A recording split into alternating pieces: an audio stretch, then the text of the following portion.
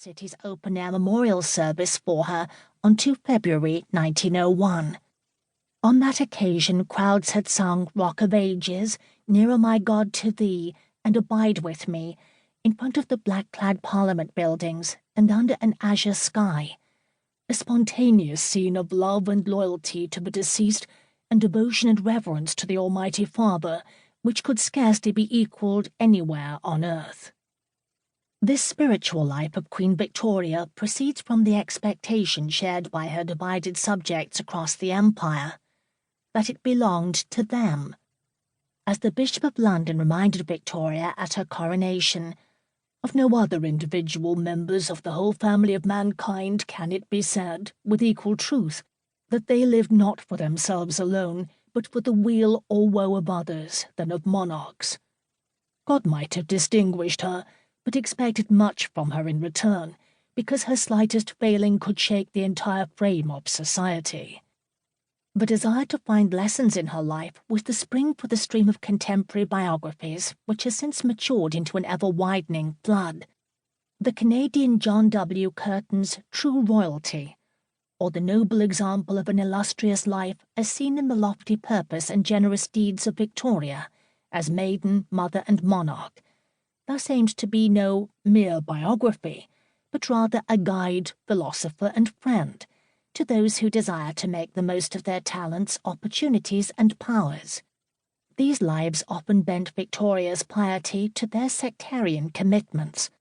The fanatically anti-Catholic Walter Walsh laboured Victoria's Protestantism in his Religious Life and Influence of Queen Victoria, lamenting or dismissing instances in which he had been soft on Rome. Modern scholarly biographies may have left the piety and sectarianism of the hagiographers behind them, but have often lost their awareness that religion pervaded Victoria's life, and that it was the medium through which her subjects thought about it. While there are scholarly monographs aplenty which contain excellent evocations of religion's role in aspects of Victoria's life, the discussion of Victoria's religion in even the most capricious recent biographies tends to be spotty and lacking in contextualization. If existing biographies often skimp in their treatment of Victoria's religious life, then the bigger problem is that in their concentration on her individual will and interests, they are remote from the most incisive recent studies of Victorian monarchy, which eschew a narrowly biographical approach. Building on Lytton Strachey's claim that Victoria was, for Victorians, an indissoluble part of their whole scheme of things, historians rightly argue that what happened around the monarchy was more important than what the monarch herself did, and that biographies alone cannot explain Victoria's centrality to Victorian culture.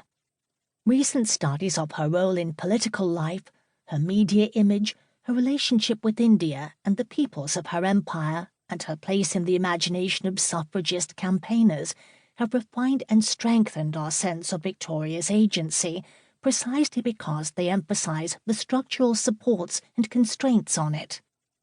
A religious biography of Victoria needs to place her within these frameworks, which were not just British, but European.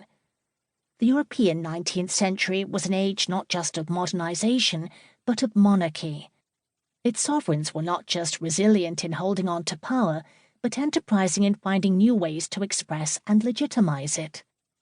Like her crowned contemporaries, Victoria and her advisers assiduously communicated perceptions of her life and character to her subjects, which were powerful, although and because they were often inaccurate. Even though historians often present royal soft power as a secular category, one tied up with the expansion of the mass media and the cult of celebrity, religion remained central to it.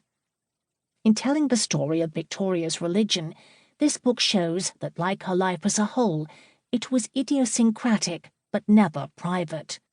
What Victoria believed and how she worshipped reflected her ardent partisan absorption in debates about church-state relations in the United Kingdom and the British Empire.